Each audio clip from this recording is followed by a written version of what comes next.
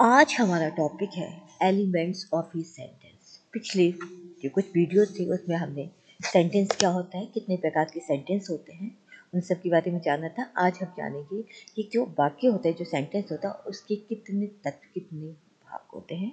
तो चलिए जानते हैं। सबसे पहले जानेंगे एक जो सेंटेंस है आगे का वो है क्या।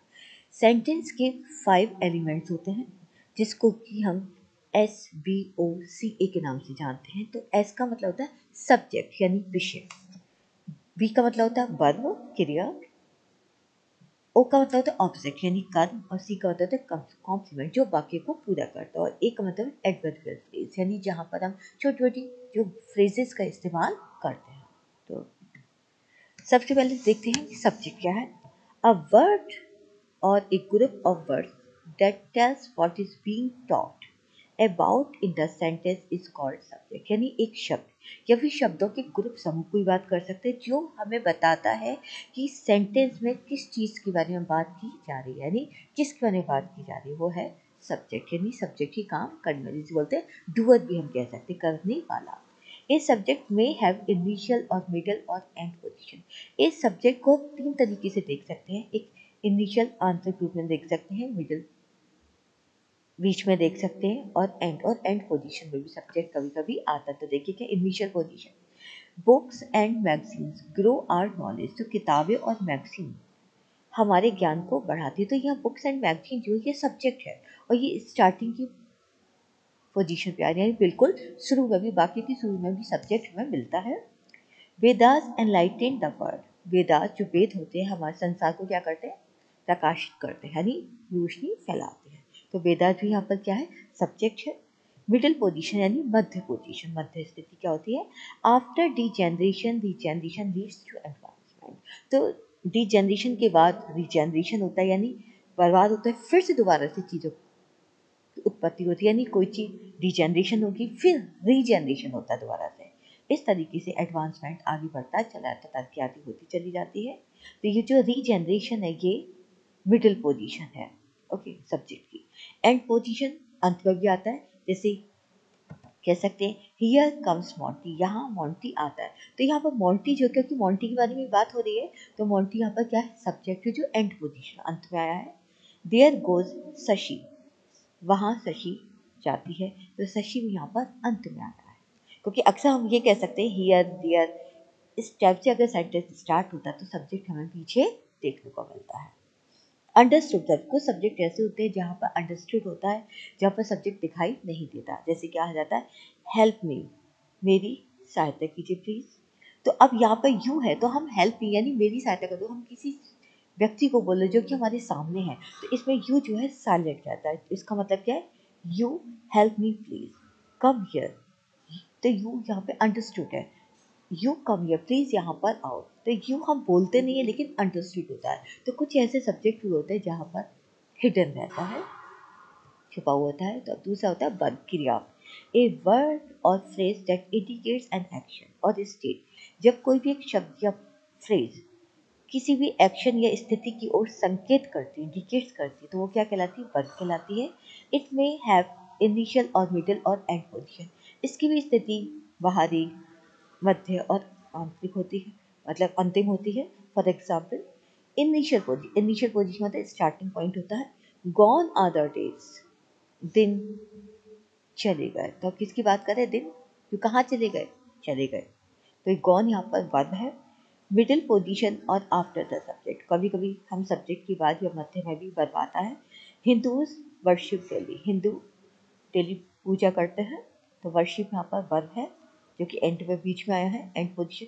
हियर शी कम्स, यहाँ वह आती है, तो शी कम्स जो है यहाँ पर अंत में आया है, तो आंतरिक सॉरी अंतिम पोजीशन है वर्ब की। नेक्स्ट होता है प्राइमरी एक्सुलरी। प्राइमरी एक्सुलरी कौन सी होती है, बी है, हैव है और डू है, जो कि वर्ब का ही काम करती है। तो there is a lion in the forest, तो यहाँ पर बी की फॉर्म है, इज, एम, आर, बाज, वर, ये सारी बी की फॉर्म कहलाती है। My friend Samita has a red car, मेरी फ्रेंड जो समिता उसके पास रेड कार है, तो ये हैव की फॉर्म है, हैज़ और हैव, और हैड भी हो सकता है पास्ट में। डू की फॉर्म होती है, do you follow your elders, क्या आप अपने एल्डर्स को, बड़े लोगों को फॉलो करते हैं, अनुकरण करते हैं, उनकी बात मानते हैं। तो डू यहाँ पर डू की फॉर्म है। नेक्स्ट है ऑब्जेक्ट यानी कर्म, ए नाउन दैट डायरेक्टली और indirectly receives the action of the verb.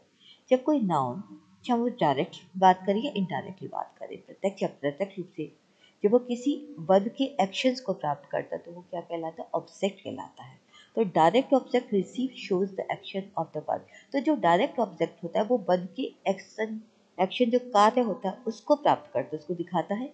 It answer what about the, और ये उत्तर भी देता है व्हाट अबाउट द वर्ब, कि आखिरकार किसकी वर्ब किसके बारे में बात करती है। तो ये कौन सा डायरेक्ट ऑब्जेक्ट होते हैं? जैसे कह सकते हैं Indian saint explore human psyche, जो भारतीय साधु संत होते हैं वो ह्यूमन साइकी, मनुष्य की जो मानसिक स्थिति होती है उसको व्यक्त करते हैं।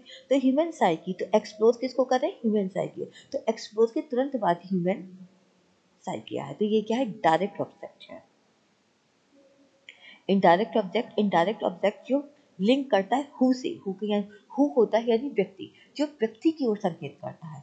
और व्हाट या फिर क्या रिसीव किया है डायरेक्ट, यानी जो डायरेक्ट ऑब्जेक्ट है उसने क्या रिसीव किया। तो देखिए इनडायरेक्ट ऑब्जेक्ट क्या है? She gave me a gift. तो मी यहाँ पर क्या है?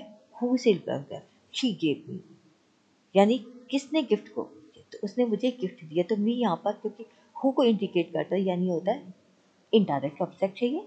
The woman told my sister is story. तो वोमन ने यानी जो वोमन थी उसने मेरी बहन को एक कहानी सुनाई। ये यहाँ पर डायरेक्ट ऑब्जेक्ट है, ए स्टोरी। और ए गिफ्ट भी डायरेक्ट ऑब्जेक्ट है, लेकिन इनडायरेक्ट ऑब्जेक्ट कौन सा है? मी और माई सिस्टर। एक सेंटेंस में डायरेक्ट ऑब्जेक्ट भी आ सकते हैं और इनडायरेक्ट ऑब्जेक्ट भी आ सकते हैं। नेक्स्ट है कॉम्प्लीमेंट, ए वर्ड और group of words that completes the meaning. एक शब्द या शब्दों का समूह जो मीनिंग को यानी सेंटेंस के वाक्य के मीनिंग को जो पूरा करे। इट में अपीयर, ये सब्जेक्ट कॉम्प्लीमेंट के रूप में हो सकता है, ऑब्जेक्ट कॉम्प्लीमेंट के रूप में नजर आता है और हमें एक्सेक्ट कॉम्प्लीमेंट भी नजर आता है। तो देखिए क्या है सब्जेक्ट कॉम्प्लीमेंट। इन subject complement predicate noun remain subject, यहाँ पर प्रेडिकेट नाउन के रूप में नजर आता है। देखिए सब्जेक्ट अलग होता है, प्रेडिकेट अलग होता है। वर्ब से पहले का जो पार्ट होता है वो सब्जेक्ट कहलाता है, और वर्ब से हमारा लास्ट तक का पार्ट होता है हमारा प्रेडिकेट। सब्जेक्ट हमारा स्टार्टिंग, वर्ब से पहले का पार्ट सब्जेक्ट है और वर्ब से हमारे लास्ट तक का पार्ट हमारा प्रेडिकेट कहलाता है। तो जितने प्रेडिकेट नाउन होते हैं वो सब्जेक्ट और प्रेडिकेट एग्जैक्टिव वो सब्जेक्ट को डिस्क्राइब करते हैं। देखिए God is the creator of this word. तो पहले आप सिखा ना यहाँ से इज से लेकर वर्ड तक प्रेडिकेट पार्ट पर होता है, लेकिन नाउन इसमें क्या है? क्रिएटर। क्योंकि नाउन हमने कहा ना, noun is the name of a person, place और थिंग। तो किसी चीज़ का नाम हो सकता है ना, यह व्यक्ति का नाम। तो क्रिएटर मीन बनाने वाला, इस संसार को बनाने वाला कौन है? God। तो किसकी ओर संकेत कर रहा है? ये भगवान की ओर संकेत कर रहा है, यानी सब्जेक्ट की ओर। तो इसे बोलते हैं प्रेडिकेट नाउन। गॉड यहाँ पर सब्जेक्ट है, क्रिएटर नाउन है जो कि सब्जेक्ट को पूरा कर रहा है। नेक्स्ट होता है predicate adjective. Mangoes are sweet. तो आम क्या है? मीठे हैं। तो मैंगोज यहाँ पर सब्जेक्ट है, लेकिन स्वीट यहाँ पर क्या है? एग्जेक्टिव भी है और हमारा कॉम्प्लीमेंट, यदि वाक्य को पूरा करते, क्योंकि अगर इसमें से स्वीट वर्ड को हटा देंगे तो कॉम्प्लीमेंट, तो सेंटेंस हमारा मैंगोज आर इनकम्प्लीट हो जाएगा। तो उसको पूरा करने के लिए हमें कोई ना कोई चीज़ें लेनी होगी। तो जो शब्द जो सेंटेंस को पूरा करते उसी को हम कॉम्प्लीमेंट बोलते हैं। तो ये हमारा प्रेडिकेट कॉम्प्लीमेंट है। Object complement, it tells more about direct object, ये हमें डायरेक्ट ऑब्जेक्ट के बारे में ज़्यादा बताता है। The teacher appointed, teacher appointed की गई। अब देखिए अपॉइंटेड इनकम्प्लीट है, किसको अपॉइंट किया गया? राहुल को। राहुल को क्या है? अब मैं अगर इतना लिखूँ टीचर ने अपॉइंट किया राहुल को, टीचर ने राहुल को अपॉइंट किया, क्यों? अपॉइंट करना, राहुल को अपॉइंट करना, ये अपने आप में वाक्य इनकम्प्लीट है, अपूर्ण है। तो उसको पूरा करने के लिए कुछ ना कुछ हमें लगाना पड़ेगा। तो मॉनिटर ऑफ द क्लास, उसी क्लास का मॉनिटर अपॉइंट किया गया है। तो इस तरीके से Rahul monitor of the class, ये पूरा ऑब्जेक्ट है राहुल, और इसको मॉनिटर ऑफ द क्लास इसको पूरा करना है इस वाक्य को। तो ये ऑब्जेक्ट कॉम्प्लीमेंट हो गया। नेक्स्ट होता है एडवर्बियल। एडवर्बियल मैंने आपसे कहा था फ्रेज होती है।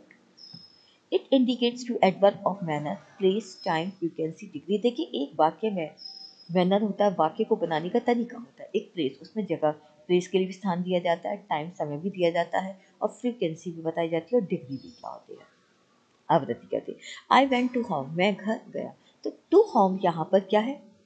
एडवर्बियल फ्रेज है, क्योंकि to home I went, went अपने आप में अपूर्ण हो जाता है। तो वेंट कहाँ गया? तो होम, घर गया। सी गॉट अप एट 5। अब यहाँ पे टाइम दे रखा है, तो यहाँ पे एडवर्बियल फ्रेज कौन सी है? टाइम है। और होम यहाँ पर क्या था? प्लेस है। ठीक है, इसी तरीके से ये हमारे एडजेक्टिव वाक्य के अंतर्गत आते जा समय और प्लेस की ओर, डिग्री की ओर संकेत किया जाता है। अब देखिए एक्सरसाइज हम करेंगे।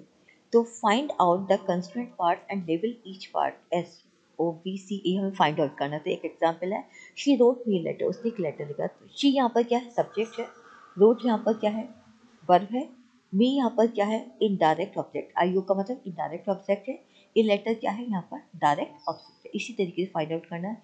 They kept the child indoor, तो दे उन्होंने रखा, केप्ट चाइल्ड इनडोर यानी उन्होंने बच्चे को अंदर रखा, दरवाजे के अंदर रखा। तो दे यहाँ पर सब्जेक्ट है, केप्ट यहाँ पर क्या है, वर्ब है। द चाइल्ड क्या है यहाँ पर, इनडायरेक्ट ऑब्जेक्ट है। इंडोर क्या है आपका, डायरेक्ट ऑब्जेक्ट है। I like green vegetables, subject है, वर्ब है। ऑब्जेक्ट है यहाँ पर क्या है, मुझे ग्रीन वेजिटेबल्स, एड्रेस दिया है। द सॉरी ये जयपुर है।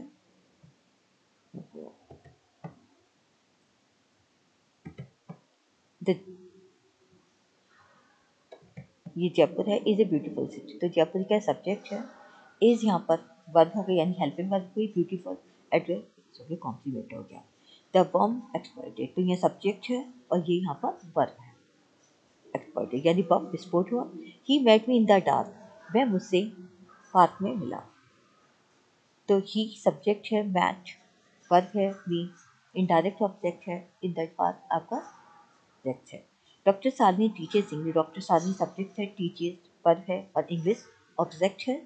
The fire spread in all direction, the fire subject है, वर्ब है, इन ऑल द डायरेक्शन आपका क्या हो गया, एडवर्ब फ्रेज हो गया, ये कॉम्प्लीमेंट होगा। I gave my son a dictionary, I subject है, गेव वर्ब है, my son indirect object, a dictionary direct object है। The letter is on the table, तो द लेटर सब्जेक्ट है, इज हेल्पिंग वर्ब है यानी verb है, on the table आपका complement है।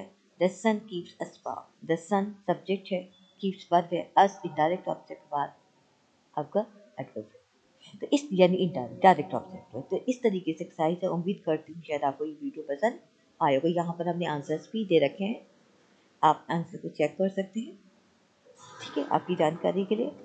और उम्मीद करती हूँ शायद आपको वीडियो को आप सब्सक्राइब करेंगे, लाइक करेंगे, शेयर करेंगे और साथ में कमेंट भी करेंगे। And thank you.